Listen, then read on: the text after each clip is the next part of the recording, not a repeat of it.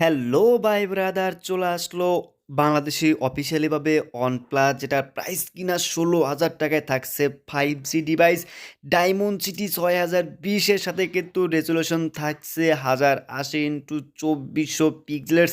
তো এই ফোনটি প্রাইস সেগমেন্টে কেমন হতে যাচ্ছে এই বিষয় নিয়ে কিন্তু আজকের ভিডিওতে আলোচনা করব। ফার্স্ট টাইম যদি এইটার ডিজাইন নিয়ে কথা বলি, তাহলে ডিজাইনটা কিন্তু আসলে খুবই সুন্দর। আর ডিজাইনটা মূলত নির্ভর করে আপনাদের উপরে, কারণ এক একজনের এক এক রকম ডিজাইন কিন্তু পছন্দ। তবে আমার কাছে পার্সোনালি এটা ডিজাইনটা অনেক ভালো লেগেছে। আর ফার্স্টে এইটার প্রাইস নিয়ে কথা বলবো, কারণ এটা কিন্তু 5G ডিভাইস, আর 5G ডিভাইস মানে বাংলাদেশে প্রাইস হবে 30+। কিন্তু এইটার প্রাইস কিন্তু অফিসিয়ালি 15,999 টাকা, অর্থাৎ 16,000 টাকায় কিন্তু আপনাকে দিচ্ছে OnePlus 5G ডিভাইস। সাথে কিন্তু আর একটা সুবিধা পাবেন, কারণ OnePlus মানেই গ্রিন ইস্যু, ডিসপ্লে দাগ আসবে এরকম কিছু। তবে এইখানে কিন্তু 3 বছর অর্থাৎ 36 মাস কিন্তু ডিসপ্লে গ্যারান্টি পাচ্ছেন, কারণ এই ডিসপ্লেতে যদি কোনোভাবে গ্রিন ইস্যু আসে তাহলে কিন্তু কোম্পানি এই ডিসপ্লেটি চেঞ্জ করে দিবে 3 বছরের মধ্যে। এই ফোনটি যদি ডিসপ্লের সাইজের কথা বলি, তাহলে কিন্তু এইখানে রয়েছে 6.72 ইঞ্চি HD+ ডিসপ্লে, যার রেজুলেশন হিসাবে থাকছে কিন্তু 1080x2400 পিক্সেলের, যেটা মোটামুটি আপনি ভিডিও বা গেমিং করতে গেলে কিন্তু ভালো একটা পারফরমেন্স ডিসপ্লে থেকে পাবেন। আর এটি দিয়ে এখানে কিন্তু ডায়মন্ড সিটি 6020, অর্থাৎ 7 ন্যানোমিটার চিপসেট ইউজ করা হয়েছে। যারা কিন্তু আসলে গেমিং করতে চান, তারা এই ফোন দিয়ে খুবই ভালোভাবে গেমিং করতে পারবেন। অ্যাজ এ বাজেটের মধ্যে কিন্তু বেস্ট একটি ডিভাইস। আর চিপসেটটা হচ্ছে কিন্তু ডায়মন্ড সিটির 5G চিপসেট।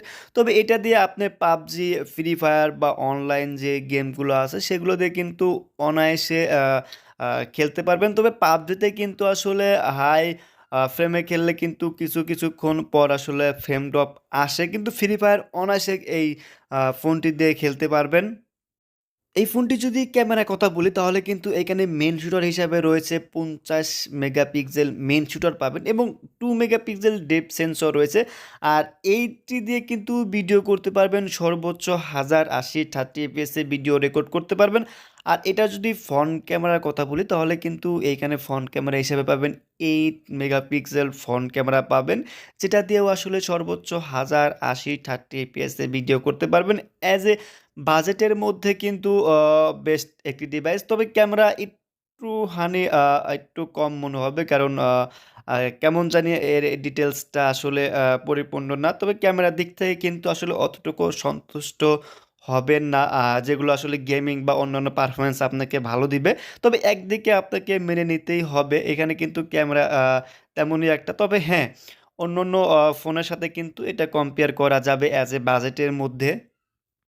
এই ফোনটি লং টাইম ইউজ করার জন্য কিন্তু ব্যবহার করা হয়েছে 5000 mAh ব্যাটারি, এবং এই 5000 mAh ব্যাটারি চার্জ করার জন্য কিন্তু বক্সে পেয়ে যাবেন 33 ওয়াটের ফাস্ট চার্জার। অ্যাজ এ বাজেটের মধ্যে কিন্তু আসলে 5Gর সাথে কিন্তু আপনি বক্সে পাচ্ছেন 33 ওয়াটের ফাস্ট চার্জার, যেটা আসলে 1 ঘন্টার মধ্যে কিন্তু ফুল চার্জ হয়ে যাবে এই ফোনটি।